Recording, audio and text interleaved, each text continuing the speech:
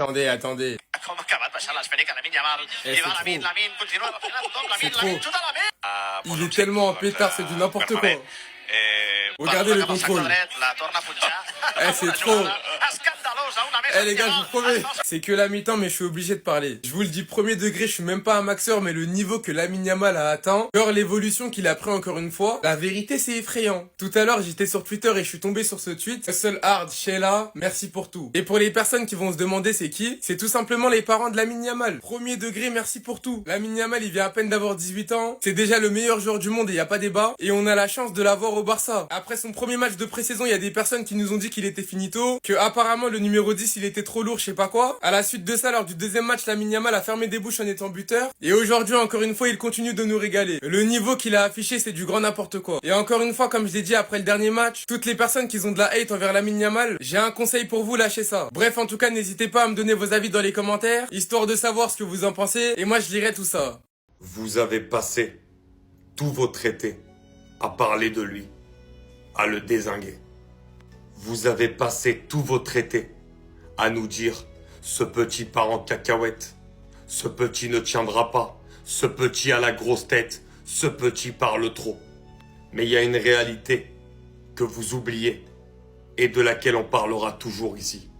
C'est la réalité du terrain. Et dans cette réalité-là, Lamine Yamal ne ment pas. Parce que tout ce que vous avez dit sur lui cet été n'aurait pas témoigné d'une pré-saison comme celle qu'il a sortie. Et les rageux vont encore dire « mais c'est une pré-saison qui compte des clubs japonais, etc. etc. » Mais quelqu'un qui a la grosse tête, qui ne prend pas au sérieux le football, ne prend pas au sérieux les matchs de pré-saison. Et lui, il les prend plus qu'au sérieux. Le dernier match, déjà, c'était une masterclass. Mais là, la première mi-temps qu'il a fait, c'était lui. Je suis désolé, c'était lui. Lamine Yamal nous a sorti une première mi-temps d'un joueur d'exception. Chacun contre un, ça passe. Des dribbles de fou. Que ce soit dans les 30 ou 40 derniers mètres adverses ou également dans la surface adverse. Toujours une gestion exceptionnelle du dribble, de la tenue de balle dans les petits espaces. Les extérieurs, les passes qu'il est capable de faire. À un moment donné, il envoie Rafinha sur orbite qui rate un immanquable. Préparez-vous et continuez à parler de lui. Parce que vous inquiétez pas qu'il est dans sa bulle. Et que le football, il le maîtrise. Et que ce petit va encore enchanter le football l'année prochaine. Dans cette tournée, les gars, qui vous a le plus impressionné? Qui est votre plus belle surprise? Personnellement, pour moi, les gars, le choix, il est pas compliqué. Gavi et Lamine Yamal, j'ai pas besoin d'en parler parce que je connais leur niveau. Notamment Gavi qui a été archi critiqué après les croisés. Les gens l'ont déchiré et essayent de le faire passer pour un catcheur. Il nous sort une bonne pré-saison, 3 buts, 1 assist. Contrairement à l'été dernier, cette fois-ci, il a pu avoir une prépa physique avec l'équipe. Il revient pas pendant la saison. Et vous verrez que ça va être un homme différent. Donc personnellement, il ne m'a pas impressionné parce que je connais son niveau. Lamine Yamal, c'est pareil. Rashford, j'ai bien aimé ses débuts. On sait tous très bien à quel point il peut être fort. Donc je lui laisse du temps. Car je sais que ce qu'il nous a montré pour l'instant, c'est rien du tout. On sait tous très bien, les gars, qu'il vaut mieux que ça. Mais ma plus belle surprise de la pré-saison, c'est Rooney Bardghji. Je me rappelle quand il est arrivé, je vous avais hype ce transfert en disant, les gars, qu'on faisait comme si de rien n'était, alors qu'on a recruté un nouveau joueur et un crack. Et qu'on a hâte de le découvrir. Bah personnellement, les gars, je suis pas du tout déçu. Il nous a sorti des matchs plus que corrects. Et j'espère vraiment que ce joueur, ça va pas être comme Pau Victor. Un joueur qui fait une bonne pré-saison et après en saison, on le voit pas. Parce que ce petit, les gars, je sens qu'il a quelque chose de particulier. Surtout qu'en plus, il va être en concurrence avec Lamine Yamal. Et ce petit peut lui faire plus que du bien. Et aussi être un super sub de qualité. Enfin bref, sinon vous les gars, vous en pensez quoi? Rano sur l'importance s'ennuie. Dites-vous que c'est toujours les joueurs les plus nuls qui parlent. Gavi, il a cité les 4 victoires en Classico. Dans aucune des 4 victoires, il est impliqué directement. Il a fait ses petites apparitions dans les Classicos, mais uniquement pour faire le catcheur. Et bien évidemment que le Real Madrid a recruté pour se renforcer. Mais pas contre le FC Barcelone. Tout simplement pour la Ligue des Champions, la compétition qu'on a l'habitude de gagner, contrairement à vous. Et je ne cesserai jamais de dire que c'est le joueur le plus nul de la liste qui a gagné le trophée Copa en 2022. Parmi tous ces noms, je vous jure que Gavi est le joueur le plus éclaté dans tout ça. Il parle pas avec Kamavinga, il parle surtout pas avec Musiala. Il est à des années-lumière d'Jude Bellingham. Nuno Mendes, j'en parle même pas. Gravenberch, Vardiol, Saka, Adeyemi, Wirtz, ils sont tous au-dessus de lui. Et moi, ça m'énerve, c'est toujours le plus nul qui vient ouvrir sa bouche. Encore Yamal il parle, on peut rien dire. Le petit est talentueux, le petit est doué. Mais la vie de ma mère, Gavi les gars. Gavi c'est fini. Gavi, on le fait rentrer dans un match juste pour qu'il fasse le relou. Juste pour qu'il aille catcher, juste pour qu'il aille provoquer. C'est un Paredes, ce mec. Il n'a rien à faire au Barça. Moi, je peux pas tolérer que des joueurs pétés comme ça, ils parlent. La Boca, c'est réservé aux bons joueurs, ceux qui ont prouvé. Qu'est-ce que ce Nimbo, il a prouvé? À part se faire traîner comme un sac à dos, ce mec n'a rien fait. Bref, c'est léger, c'est pas lourd, abonnez-vous, on est ensemble. Les gars, je vous en parle depuis un bon moment. Moi, vous savez, ce qui me hype le plus, c'est cette concurrence qui est bien évidemment saine entre Fermin Lopez et Dani Olmo la saison prochaine. Je sais que beaucoup de personnes sont catégoriques depuis la deuxième partie de saison et nous expliquent que Fermin Lopez doit être titulaire à 100%. Moi-même, les gars, je fais partie de ces personnes-là, je vais pas vous mentir. Même si sa première saison au Barça n'a pas été parfaite, les gars, il ne faut pas oublier son début de saison. Rien que son premier match face au Rayo Vallecano. Pour moi, je pense que le vrai problème de Dani Olmo, c'est qu'il n'a pas pu enchaîner à cause des blessures. C'est-à-dire que dans les grands matchs, il manquait cruellement de rythme par moment. Et surtout qu'un Dani Olmo à 100%, les gars, on l'a vu à l'Euro, on sait ce que ça donne. Ce qu'on adore avec Dani Olmo, c'est que sur un contrôle orienté, il peut faire la différence. Il a une mentalité de tueur, tu lui donnes un tout petit peu d'espace, il cherchera automatiquement à tirer. Quitte même parfois à ne pas regarder ses autres coéquipiers. Fermin Lopez qui lui malheureusement avait commencé la saison blessé. L'enchaînement Euro plus JO ça l'a tué. Il a frappé fort en deuxième partie de saison. Ça fait 2 saisons qu'il est en équipe première au Barça et personnellement moi je trouve qu'il est correct. J'espère que la saison prochaine il passera un cap et qu'il sera reconnu à sa juste valeur. En tout cas Flick en aura des choix forts à faire et je me répète tout le temps les gars. Je pense vraiment qu'on va se régaler. Dani Olmo a expliqué lui-même qu'il était déçu de sa saison et qu'il fera mieux cette année. Enfin bref, sinon vous les gars vous en pensez quoi? Rendez-vous sur Snap sans nuit. Vous savez où je vous en veux certains Barcelonais? C'est que vous vous êtes fait laver le cerveau par des tweetos. Vous vous êtes fait laver le cerveau par des tweetos. Que des personnes qui ne supportent pas le Barça critiquent Gavi, y a rien de choquant, c'est comme ça partout. Mais que des supporters du Barça critiquent Gavi en ayant vu Gavi jouer de 2021 à 2023 avant qu'il fasse les croisés, les gars, je vous comprendrai jamais.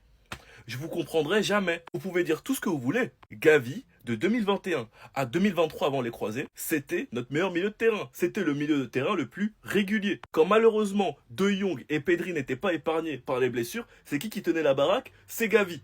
Malheureusement, entre 2021 et 2023, avant les croisés, vous avez des trous de mémoire. Vous pensez, les gars, que la saison 2023-2024, elle était merdique à cause de quoi? Pourquoi on avait un problème au milieu de terrain? Jusqu'à ce que Xavi ait l'idée de mettre Christensen en 6. Pourquoi on avait ce problème?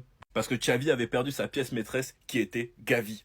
Faut l'enregistrer dans un coin de vos têtes. Je vous ai prévenu depuis des mois. Gavi vous fera retourner vos vestes. La saison dernière, vous l'avez déchiré alors qu'il revenait des croisés. Les gars, Gavi revenait des croisés. Il est venu en cours de saison, vous l'avez déchiré. Le niveau qu'il avait déjà en revenant des croisés, c'est déjà correct. Mais la saison prochaine, les gars, vous allez comprendre. J'en doute pas. Sinon, vous, les gars, vous en pensez quoi? Rendez-vous sur Snap sans nuit. Les gars, nous savons tous que c'est de l'humour et du second degré. Mais personnellement, moi, je trouve que c'est forcé, les gars. À un moment, faut lâcher le steak. Même si c'est du second degré, les gars, c'est trompé, quoi. Maxime Lopez, Faut lâcher le steak. Le pressing, c'est quoi ça?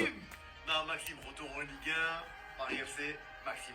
Les gars, ça a été annoncé il y a 2 jours qu'il rejoint Ligue 1 Plus. 2 jours. Le premier truc qu'Adil Rami trouve à faire, c'est parler de Lamine Yamal. Croyez-moi les gars que durant la saison, des interventions de genre, il en fera. Et lorsque des gens vont lui répondre, il dira qu'il donne à manger du caviar à des porcs. Visiblement, le pressing, il ne veut pas lâcher. Mais ce que je trouve dommage, les gars, c'est que de août à mars, Lamine Yamal était le joueur qui faisait rêver tout le monde. Tout le monde adorait Lamine Yamal. Et il y a eu un retournement de veste parce qu'il a commencé à monter en puissance. C'est devenu fou. Les gens ont inventé et relayé des trucs tellement faux sur Lamine Yamal que certains pensent vrai. Vous avez même pas idée. Le retournement de veste de Adil Rami concernant Lamine Yamal est dû à une poignée de main entre Ronaldo et Yamal. C'est du délire. Et un grand nombre de personnes le détestent pour des raisons non valables uniquement à cause de la désinformation des médias sur Twitter. Avec son extra sportif qui est grave mis en avant parce que bien évidemment que sur le terrain on peut pas l'atteindre. Et beaucoup de fausses bienveillances comme quoi il va soi-disant gâter sa carrière s'il continue comme ça alors qu'il s'amuse juste en vacances quoi. Enfin bref. Donc vous les gars vous en pensez quoi? Rendez-vous sur Snap sans nuit. Quelle direction de merde. Quelle direction de merde. Le Barça est ouvert à vendre Casado, Flick mise sur Frenkie de Jong. En espérant que l'information est fausse, mais Casado ne bougera pas du club. Casado ne bougera pas du club. Non mais vous êtes sérieux ou pas les gars? Je vais dire des dingueries hein, mais au nom il est meilleur que plusieurs milieux de terrain. Non, ils sont trop forts. Ça s'arrête pas que à Casado hein. Christensen, qui a montré de bonnes choses. Firmin. Mais les gars, déjà Casado, il est bien meilleur que Bernal, pour commencer. Donc pourquoi Bernal, il est pas sur la liste des transferts? Actuellement, il est meilleur que Gavi, même si Gavi, je le porte dans mon cœur. Il est meilleur que Gavi. Et au nom qu'il n'y a pas un monde d'écart de ouf entre lui et De Jong. Je le jure. Au nom que De Jong, demain, il se blesse, je vous assure qu'il fait le boulot. Maintenant, parlons de Christensen. La direction n'a pas compris notre message. Hein. Donc si Christensen est vendu, qu'est-ce qui nous reste en défense centrale? Araujo, Cubarsí, Inigo, Eric Garcia qui joue à droite. Revenir au 1 pour 1, c'est bien, mais il faut trouver une autre solution. Parce que tu peux pas revenir au 1 pour 1 et t'affaiblir dans l'effectif. Ça n'a aucun sens. Il y a des joueurs avant Hansi qui se blessaient énormément. Christensen, j'en suis sûr et certain que c'est l'année de la rédemption. Il va montrer qu'il va pas se blesser cette année, il va être bon. Donc, si la direction veut le faire partir, gare à eux. Mais moi, je vous le dis, hein, s'il part, on aura des gros problèmes. Déjà qu'on en a défensivement. Lewandowski, c'est l'ancien qui essaye d'être tendance avec les jeunes, mais il l'est plus trop. Lewandowski, il faisait des dabs en 2021 avec la sélection polonaise, dabs en 2023 avec le Barça, et même en 2025, il continue à faire des dabs. Les gars, carrément, même Pogba, il a lâché ça, même Pogba, il en fait plus. De toute façon, les gars, l'ancien, il a déjà briefé, il a déjà dit. Pour lui, l'âge n'est qu'un chiffre. Il a expliqué qu'il se sent plus en forme physiquement que lorsqu'il avait 25 ans. Même dans le délire de teinture des jeunes avec Gavi, il est rentré dedans. Lewandowski, c'est l'ancien du vestiaire. Et vraiment, cette saison, faudra profiter de lui, car c'est la dernière. Et quand tu sais l'énergie positive qu'il dégage à chaque fois, où on le voit toujours en train de faire rire les autres, comme là, il est sur le dos d'Araujo. Et surtout quand tu sais dans quel contexte il a rejoint le Barça. Même s'il a été beaucoup critiqué, on sait tous à quel point il compte pour le vestiaire. Et ce qu'il faut grave respecter, les gars, c'est sa longévité. En tout cas, je me demande comment Flick va gérer le rôle de Lewandowski la saison prochaine, avec Ferran Torres et peut-être Rashford qui peut jouer à ce poste-là. Je suis très curieux et je me demande s'il mettra autant de buts que la saison dernière. Et ce qui m'intrigue encore plus, c'est qui le Barça cherchera à acheter pour remplacer Robert Lewandowski. Parce que là, sur le marché, personnellement, je vois pas de neuf. Enfin bref, donc vous les gars, vous en pensez quoi? Rendez-vous sur certains on s'ennuie. Malgré toutes les rumeurs qu'il faut prendre avec des pincettes sur un départ de Hector Ford comme quoi le Barça ne compterait pas sur lui la saison prochaine, et aussi les intérêts que plein d'autres clubs ont, notamment le Paris FC, sans même écouter les rumeurs, personnellement, je vais juste vous parler du contexte. Déjà, pour commencer, il a fêté ses 19 ans il y a quelques jours. Hector Ford a été lancé par Xavi à une période où Baldé avait des problèmes de blessure. Et en lui, on a tous vu un joueur prometteur qui peut jouer à gauche comme à droite. Et c'est surtout son match contre l'Atlético qui nous avait marqué. Surtout qu'il avait la lourde responsabilité de remplacer Cancelo qui avait eu un problème. Et il l'a très bien fait d'ailleurs. Première saison de Flick, il a créé un monstre et a su faire ressortir le meilleur de lui-même. Baldé fait une grosse saison et fait partie des meilleurs à son poste. De l'autre côté, il y a Koundé qui joue quasi tous les matchs et qui en plus de ça devrait prolonger jusqu'en 2030. Eric Garcia, la grande surprise de la deuxième partie de saison, le couteau suisse qui peut jouer central, latéral droit et au milieu. Et personnellement, moi je le préfère latéral droit. Et un Gérard Martin qui a été cette saison la doublure de Baldé, donc toujours devant Hector Ford, ce qui a créé la frustration du joueur. Sachant que ça pourrait encore plus se compliquer s'il y a la montée en équipe première de Torrent. En tout cas, cette saison, on a vu qu'il était clairement frustré de la situation. Mais si Flick ne le fait pas jouer, je pense qu'il n'y a pas d'hasard. Il est jeune et je pense qu'il y a un peu un manque de sérieux. C'était un peu le même cas qu'Ansu Fati. Si ces deux joueurs ne jouaient pas trop, je pense que c'est pas pour rien. Flick n'est pas fou non plus.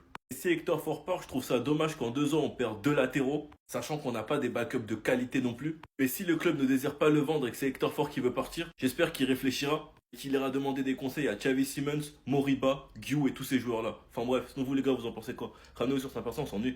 Vous avez osé traiter ce mec-là de catcheur? Vous avez osé remettre en cause le niveau footballistique de ce mec? Mais vous êtes fou ou quoi? Vous avez aussi osé dire que ce mec est surcoté, mais ça j'y reviendrai après le match, parce que vous êtes des grands fous. Tous ceux qui ont osé traiter Gavi de catcheur, on attend des excuses officielles. On attend des excuses officielles. Quand tu regardes Gavi jouer et que tu le traites de catcheur, c'est tout simplement que tu n'aimes pas le football. Encore une fois, la mi-temps qu'il a pondu aujourd'hui, c'est trop de la folie. Dans le jeu, les transitions pour conserver la balle, c'est trop une dinguerie. Toujours bien placé.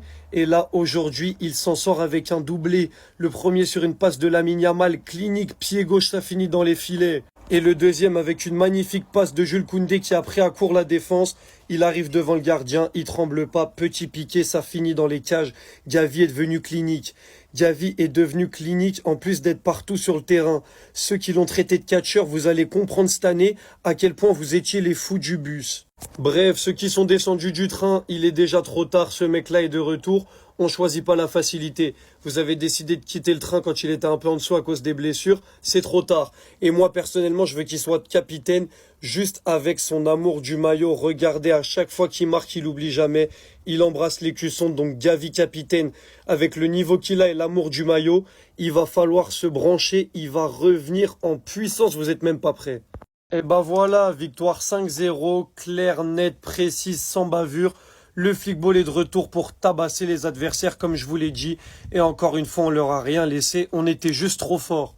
Marcus Rashford qui a joué plus axial aujourd'hui et qui a directement ouvert son compteur de buts. Voilà, il était dans la surface, il traînait, il s'est procuré quelques occasions, il a fait quelques petites passes dangereuses. Mais à un moment, phase de jeu, la balle arrive sur Rashford dans la surface, c'est clinique, c'est golasso. Premier but de Marcus sous les couleurs du Barça et on espère loin d'être le dernier. Marcus, On est tous derrière toi et on sait tous que tu vas réussir. Il va vraiment falloir enquêter sur la Masia parce que c'est pas normal de sortir autant de bons joueurs. Tony Fernandez qui rentre encore aujourd'hui. Dès qu'il touche la balle, il se passe un truc. Il a été trop fort. Il est buteur aujourd'hui sur une magnifique combinaison avec Dani Olmo. Dani Olmo qui m'a un petit peu déçu d'ailleurs sur certaines phases de jeu, etc. Mais ça, j'en reparlerai. Pour l'instant, je lui laisse du temps. Mais il faudrait pas qu'il commence le championnat comme ça parce que sinon, il va vraiment falloir commencer à le remplacer, à mettre Fermin titulaire parce que ça devient problématique. Et aussi, comment ne pas parler de ce mec-là qui a fait la mi-temps en tant que capitaine. J'étais refait, c'était magnifique. Et il a tout simplement encore prouvé au monde entier qu'il est le meilleur milieu du monde. Voilà, quand Pedri joue pas, tu te poses des débats. Vitinha, Bellingham, est-ce qu'ils sont vraiment meilleurs que Pedri? Pedri joue, tout le monde se tait. Pedri joue, tout le monde sait qu'il est meilleur. Pedri, c'est le meilleur milieu de terrain du monde et je ne suis pas ouvert au débat. Dès qu'il touche la balle, c'est tout le temps le bon choix, le bon geste. Les récupérations, c'est de la folie. Ce mec est un malade mental et il va nous faire une carrière d'un des plus grands milieux de l'histoire du football et j'en suis persuadé. Pedri, mettez du respect. En tout cas, voilà, satisfait de cette tournée de pré-saison. Les joueurs ont pu bien se mettre en jambes. Maintenant, le prochain match du Flickball, c'est du championnat. Donc, on a tous hâte que ça reprenne. Le Flickball officiel reprend bientôt, les gars, pour notre plus grand plaisir à tous. Les gars, si c'est ça le 3e maillot du FC Barcelone cette année, c'est l'un des plus gros bangers qui a existé. Les gars, est-ce que vous avez la vision sur ce maillot? Donc les gars, on apprend que ce maillot devrait être le 3e maillot du FC Barcelone cette année. Voilà vu de face et voilà vu de dos. Franchement, c'est un banger de ouf. Franchement, là, il y a du détail de malade, surtout sur le col et l'arrière du maillot avec le bleu et le rose, là, c'est terrible. Ce maillot-là, il sent les victoires en Ligue des Champions, en Liga, en Coupe du Roi et en Super Coupe d'Espagne. Il sent le quadruplé, tout simplement. Franchement, entre le premier maillot, le deuxième maillot et celui-là, franchement, en tout cas, moi, ma préférence, ça serait celui-là et de loin. Là, les gars, je vois déjà un Lamine, même Rafinha, là, sur cette photo avec le maillot. Ça, en plus, ça va rendre encore plus beau quand on va voir les joueurs avec. Franchement, on peut pas dire que le FC Barcelone et Nike, ils ont pas bien travaillé sur ces maillots, parce que les derniers maillots qui sont sortis, ils sont vraiment exceptionnels. Les gars, dites-moi si vous allez acheter ce maillot. Moi, personnellement, je vais l'acheter direct, sûrement floquer la mine, comme vous le savez. Dites-moi en commentaire si vous allez l'acheter et abonnez-vous, ça arrive lourd.